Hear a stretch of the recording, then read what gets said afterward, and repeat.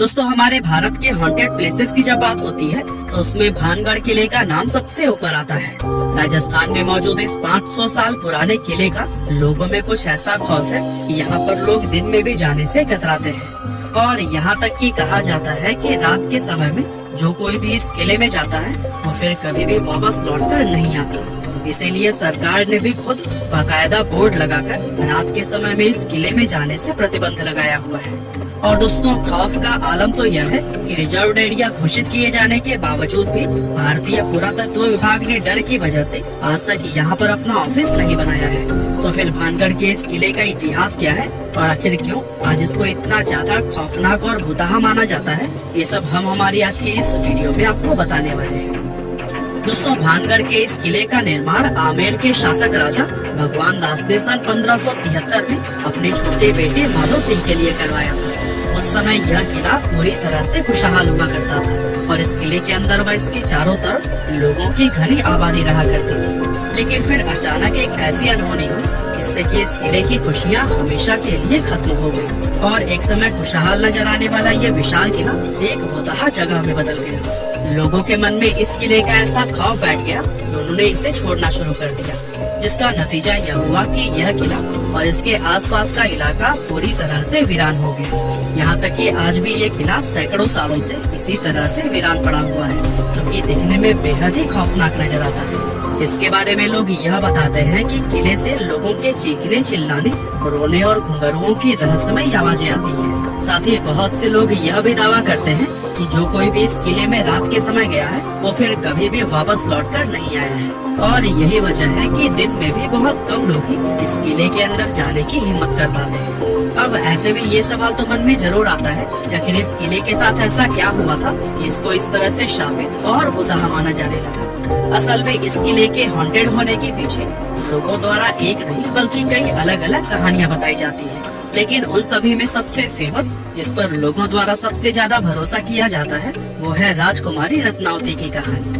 कहते हैं कि जब इस किले का निर्माण करवाया गया था तब इसमें रत्नावती नाम की एक बेहद खूबसूरत राजकुमारी रहा करती थी। उस समय राजकुमारी रत्नावती की उम्र 18 साल थी और उनकी खूबसूरती की चर्चाएं दूर दूर तक हुआ करती थी। उनकी सुंदरता की वजह से ही बहुत से अलग अलग सियासतों के राजकुमार उनसे शादी करने की इच्छा रखते थे, जिसके चलते अक्सर ही राजकुमारी रत्नावती के लिए शादी के प्रस्ताव आते ही रहते थे। लेकिन राजकुमारी ने तब तक किसी के भी प्रस्ताव को स्वीकार नहीं किया था।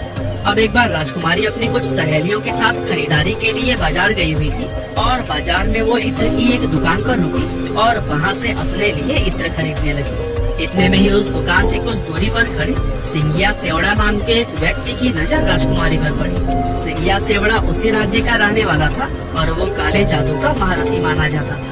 राजकुमारी रत्नावती की सुंदरता को सिर्फ एक नजर में देखते ही सिंगिया उन पर पूरी तरह से फिदा हो गया और वो टकटकी लगाए राजकुमारी को घूरता रहा और उसी पल उसने अपने मन में यह तय कर लिया कि वो राजकुमारी को किसी भी कीमत पर हासिल करके रहेगा।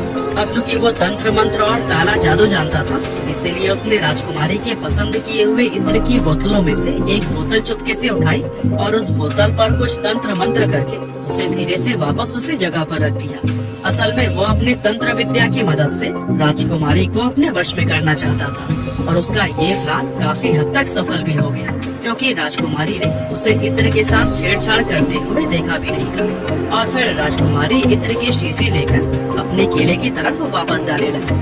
साथ ही सिंगिया सेवड़ा भी छिप छिप कर राजकुमारी का पीछा करने लगी। हालांकि अभी राजकुमारी सिर्फ कुछ दूर पहुंची ही थी, तभी उनकी एक सहेली ने उन्हें बताया कि एक अनजान व्यक्ति ने इत्र की शीशी पर तंत्र मंत्र किया हुआ है। असल में राजकुमारी की उस सहेली ने सिंगिया सेवड़ा को इत्र की शीशी पर काला जादू करते हुए देख लिया था, लेकिन वो डर की वजह से दुकान में कुछ भी नहीं बोल पाई। अब राजकुमारी को जैसे ही काले जादू की बात पता चली, उन्होंने वो इत्र की शीशी रास्ते में पड़ी हुई विशाल आकार के पत्थर पर देखी। पत्थर पर पड़ते ही वो शीशी टूट गई और सारा इत्र उसी पत्थर पर बिखर गया। और दोस्तों इस तरह से इत्र पर किया गया वो काला जादू उस पत्थर में आ गया। इसके बाद से वो पत्थर खुद ब खुद लुढ़कते हुए सिंगिया सेवड़ा की तरफ बढ़ने लगा।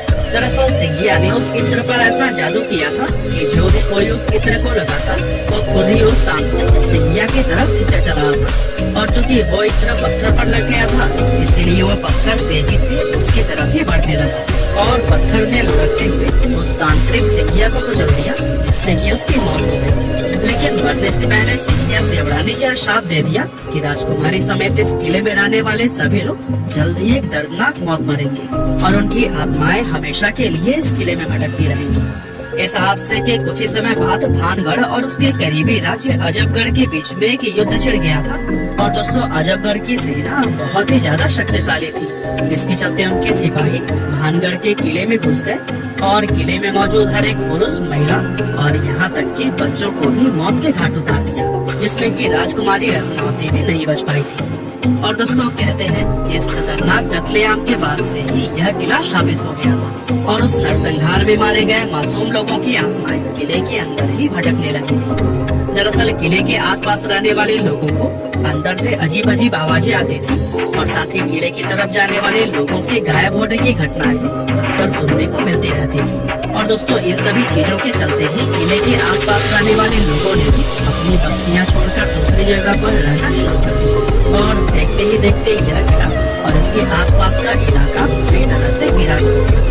इसके अलावा दोस्तों, इस किले के बुतहा होने के पीछे एक और कहानी यह भी बताई जाती है कि जिस समय यह किला बनाया जा रहा था, तब इस किले की जमीन के पास ही बाबा बालकनाथ नाम के एक साधु रहा करते थे। और बाबा को जब इस किले के बनने की खबर मिली, उन्होंने राजा भगवान दास के पास यह संदेश भिजवाया कि वे अपने किले को इतना ऊंचा न बनवाए कि उसकी परछाई मेरी कुटिया तक पहुँच जाए। अब राजा भगवान दास ने बाबा की उस बात को गंभीरता से नहीं लिया और जब यह किला बनकर तैयार हुआ तो इसकी परछाई बाबा बालकनाथ की कुटिया तक पहुँच गई।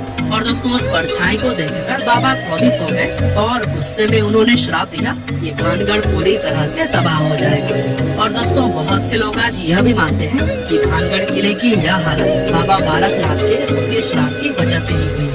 इसके अलावा एक कहानी तो यह भी बताई जाती है कि भानगढ़ में एक युद्ध हुआ था, जिसमें कि भानगढ़ के सिपाही पूरी तरह से हार गए थे, लेकिन भानगढ़ के राजा और उनके परिवार के दूसरे लोग अपनी जान बचाकर वहां से भागने में कामयाब रहे। अब चूँकि उन लोगों ने किले के अंदर अपना काफी सारा खजाना छिपाया हुआ था, इसीलिए दुश्मनों से उस खजाने को बचाने के लिए एक झूठ फैलाया गया कि यह किला पूरी तरह से शापित है और अगर कोई व्यक्ति इस किले में जाएगा तो उसकी तुरंत ही मौत हो जाएगी। और दोस्तों, इस तरह से खजाने को बचाने के लिए फैलाई गई यह अफवाह लोगों ने सच मान ली और भानगढ़ का यह किला हमेशा के लिए हॉन्टेड समझा जाने लगा। वैसे वजह चाहे जो भी रही हो, लेकिन इतना जरूर है कि इस किले को मुतहा बनाने में हमारी सरकार का भी काफी हाथ रहा है। दरअसल कानून में भूत प्रेत पिशाच और बुरी आत्मा जैसे किसी भी चीज को कोई जगह या फिर मान्यता नहीं दी गई है और आज तक किसी भी कोर्ट ने अपना कोई भी फैसला भूत प्रेत को ध्यान में रखकर नहीं सुनाया। इसके बावजूद भी सरकार द्वारा किले के बाहर बोर्ड लगाकर उस पर लिखना कि रात में इस किले में जाना मना है